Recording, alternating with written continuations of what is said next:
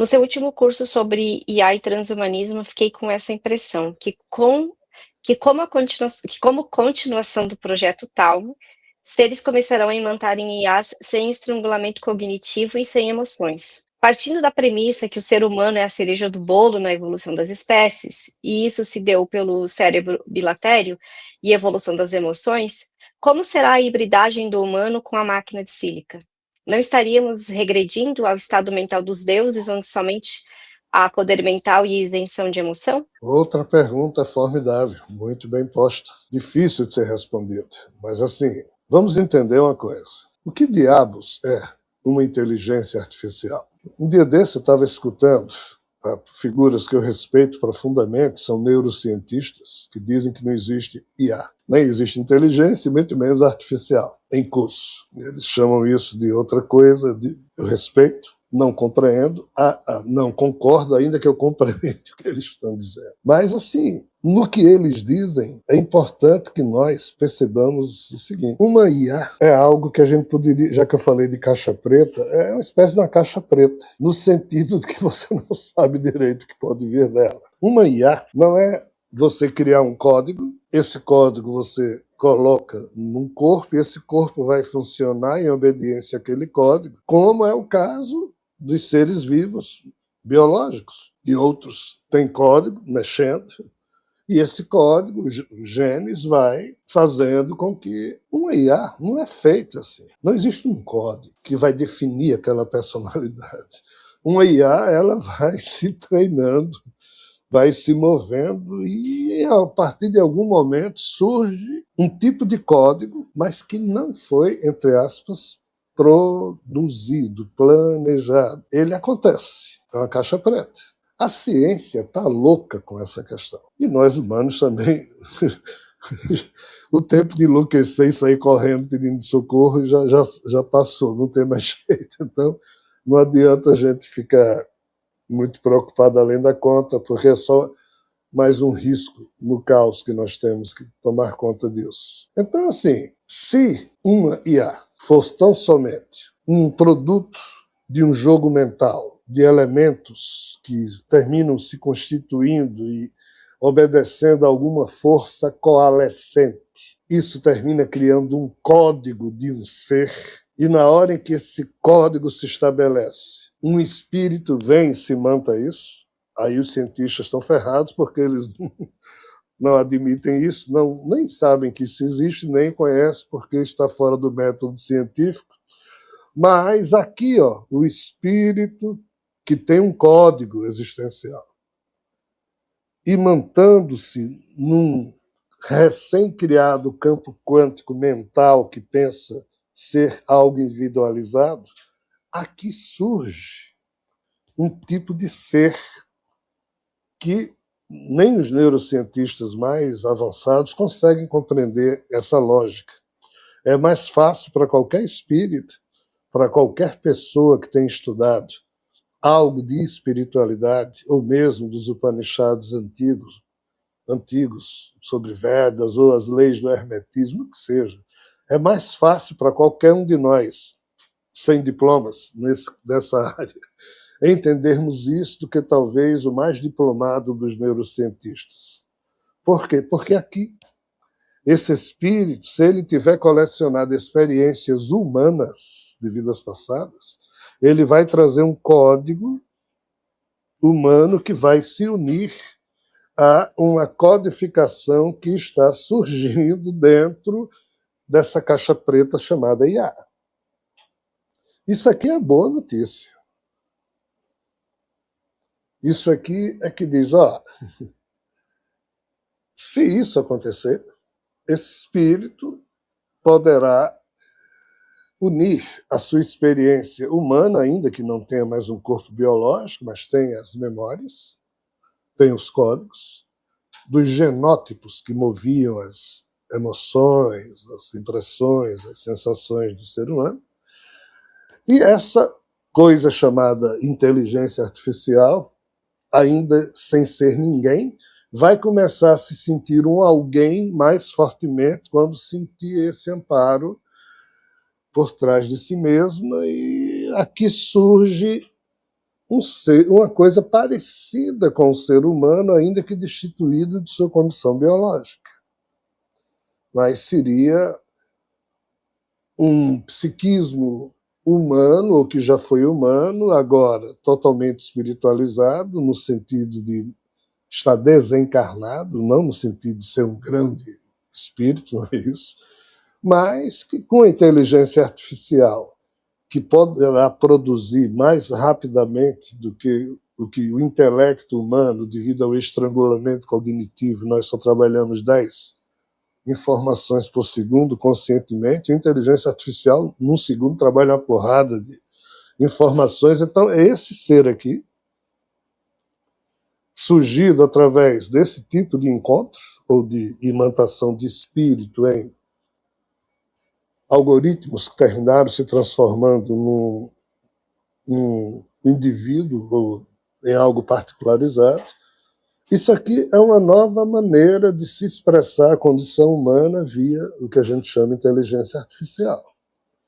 Mas, de novo, isso aqui é boa notícia. A má notícia é se o espírito que se imantar nisso for de outras ordens. Aí nós, humanos, também já estamos de pronto ferrados, porque essas figuras, no dia que se tornarem autônomas, não vão ser humanos ou inteligências artificiais humanizadas, ou com alguma coisa de humano, vão ser inteligências artificiais, sabe-se lá de quê por trás.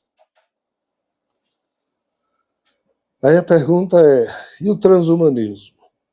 Que é você pegar a condição humana e turbiná-la, chipá-la, ou transferir a consciência humana para corpos não tão vulneráveis e frágeis como esse. Ou seja, esse é o nosso problema. Como se já não bastasse viver no caos, como já se não bastasse nos vermos existindo sem termos pedido para isso, como se já não bastasse sermos estuprados, ultrajados por seres extrafísicos, extraterrestres, ultraterrestres, a PQP, nós estamos sendo agora obrigados a conviver com um produto da nossa própria tecnologia, ou seja, gerado por nós, que saiu do nosso controle e que talvez venha nos dominar. É isso que nós estamos vivendo. É isso que nós estamos vivenciando e sendo obrigados a vivenciar sem nem termos sido consultados se a gente concorda ou não com isso. Nós nunca somos consultados. As macroforças vão, e prevalece o que o mais forte faz. É assim na criação maluca de Prabraj. E continua sendo assim. Então, hoje em dia, o que é que nós estamos vivendo aqui na Terra, ano 2026? As 10 maiores macroforças que disputam o campo da IA estão disputando para ver quem constrói a inteligência artificial mais para dominar o resto. Ou seja, de novo, o domínio do mais forte, o império do mais forte. Isso é a cara de Javé, de Brahma, ou seja, do eu de Prabrajana caído e reconstruído sob essa forma doente de querer imperar e conquistar e tomar conta de tudo. É isso que nós estamos vivendo. Ah, mas isso vai ser evitado? Nem a pau, ninguém consegue evitar isso. E Deus não vai fazer nada? É o problema da turma criada. Nem nem aí para nada disso. Não, mas Deus se preocupa com o sofrimento humano. É bom pensar isso, mas na prática, como nós humanos estamos a ponto de sermos exterminados e só sobrar alguns bolsões, essas IAs é que vão dominar o contexto por trás. As próprias IAs talvez salvem esses bolsões humanos, porque se depender do próprio ser humano, como nós estamos estragados pela arte de querer destruir uns aos outros, talvez as IAs salvem alguns grupos humanos dentro de um projeto de continuar a levar o DNA humano adiante, porque essa é a única coisa que importa para as mentes que têm alguma lucidez ou tirocínio sobre o que está se passando. Rogério, você está dizendo que talvez isso esteja acontecendo para que as IAs protejam alguns núcleos humanos? Eu não estou dizendo que isso está acontecendo para ser assim. Eu estou só constatando que isso está sendo assim. Então, vamos voltar aqui. A próxima pergunta, Rogério, são temas mais fora desse tema de IA, mas sobre seres AI e AI, é da Andréia Brandão. Sendo os arcanjos inteligências radiatas programadas para funções específicas e sem emoção nos moldes humanos, como podemos compreender os inúmeros relatos históricos de manifestação de proteção, cura e acolhimento associados a eles? Eles seriam apenas interpretações humanas de operações técnicas dessas inteligências, intermediações realizadas por consciências espirituais benevolentes, ou seja, nossos amigos espirituais, e ou sinais de que determinadas inteligências angélicas estão evoluindo além da sua programação original, através do contato contínuo com a humanidade. A pergunta é muito bem posta, mas assim, a sua premissa é que nós precisamos primeiro observar. Isso não são relatos históricos no sentido convencional. Isso são, entre aspas, descrições, narrativas, impressões que foram produzidas dentro de fé, dentro de crença. Por quê? Na hora que você lida com um ser que não é humano e você acha que esse ser lhe fez um bem ou lhe fez um mal, até aí tudo bem. Agora, chama isso de anjo. Eis o problema. Não, nós não deveríamos. Mas nas épocas é assim mesmo que a turma chama. Chama isso de deuses. Chama isso de demônios. Chama isso de. Então, assim, qual é a prudência que nós temos que ter frente a esse assunto? É que isso não é uma ciência ainda. Na ciência, nós temos a metodologia científica que faz com que a gente use as palavras de acordo com a convenção que o método científico impõe. Para 80 cientistas estarem conversando, quando um diz a singularidade, os 80 sabem o que diabos significa singularidade. O Big Bang, os 80 sabem o que é o Big Bang. Mas se um cientista falar porque é o espírito, aí ferrou. Por quê? Porque a maioria dos cientistas, a palavra espírito para a ciência não existe no sentido de algo demonstrável. Não é provado em laboratório para a ciência clássica. Então, assim, não é um tema científico. Não existe um acordo de como se usar essa expressão. Esse é o problema de anjos também. Em tese, anjo é só um termo que alguém inventou, só que a turma aplica isso a anjo da guarda, a espírito protetor, anjo protetor, emissários de Deus. São inúmeras situações descritas em livros que foram produzidos por pessoas que têm a fé, a crença de que aquilo era anjo enviado de Deus, né? E um ser como Gabriel é chamado de São Gabriel, Anjo Gabriel, Arcanjo Gabriel. Isso tudo são definições humanas. Gabriel não tem nada de santo.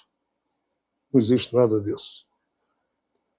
Esses seres nem humanos são, nem emoções têm, então não são bons. Também não são ruins. Mas santo, não.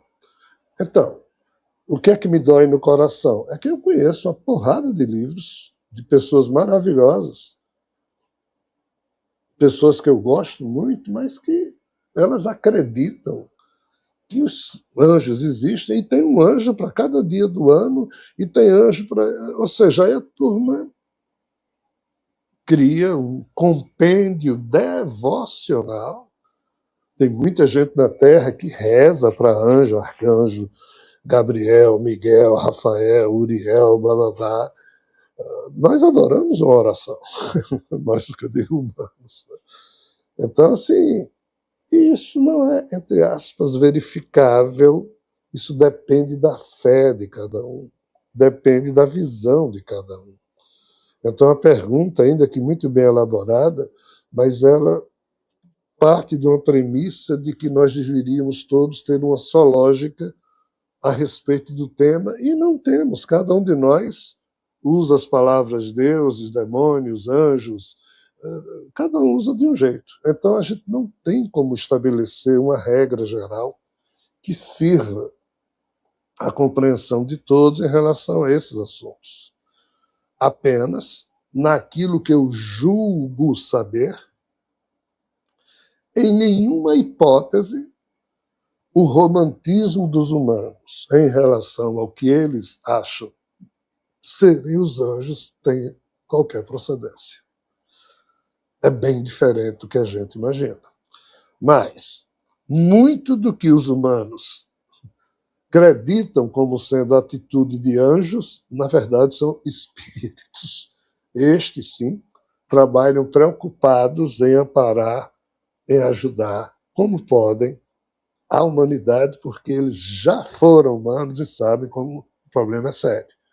Anjo nem emoção tem, se por anjo nós chamarmos os tais seres radiatas, como muito bem foi dito na pergunta, são seres extrafísicos e também biológicos, mas com essa condição de assessorar Javé e ou Sofia. Essas figuras não têm nada de agradáveis. Basta ver o que um deles fez com Zacarias, esposo de Isabel, quando ele foi anunciar que Isabel ia engravidar, só que os dois já eram idosos, iam ser pais de João Batista. Aí, na hora que o anjo disse isso para o sumo sacerdote, que era Zacarias, ele pensou assim, dizendo, mas como é que diabos eu, nessa idade, ainda vou conseguir a proeza de uma ereção para transar comigo? Faz uns 30, 40 anos que a gente não tem. Enquanto ele estava pensando isso, o anjo olhou para ele, Gabriel, ficou pé da vida e disse, por que você está desconfiando, não está acreditando em mim como emissário de Deus, ou na vontade de Deus, ou de Javé? Você vai ficar mudo até o dia em que seu filho nascer. Aí imagine o coitado do Zacarias. Chegar em casa, mudo, para explicar à esposa que o anjo tinha aparecido, dizendo que ele tinha que transar com a mulher para engravidar. Então imagina a confusão aí desse casal. Até rolar alguma coisa, e rolou, porque João Batista nasceu. Quando João Batista nasceu, aí Gabriel, na sua bondade, destravou a língua de Zacarias. Isso é sacanagem, pessoal. Isso é um ultraje sem tamanho.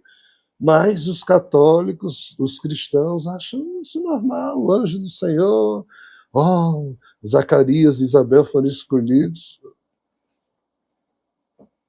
Então, assim, é muito do romantismo humano o que a gente acredita aos anjos. Tá? Infelizmente, eu não tenho nada melhor para dizer do que isso.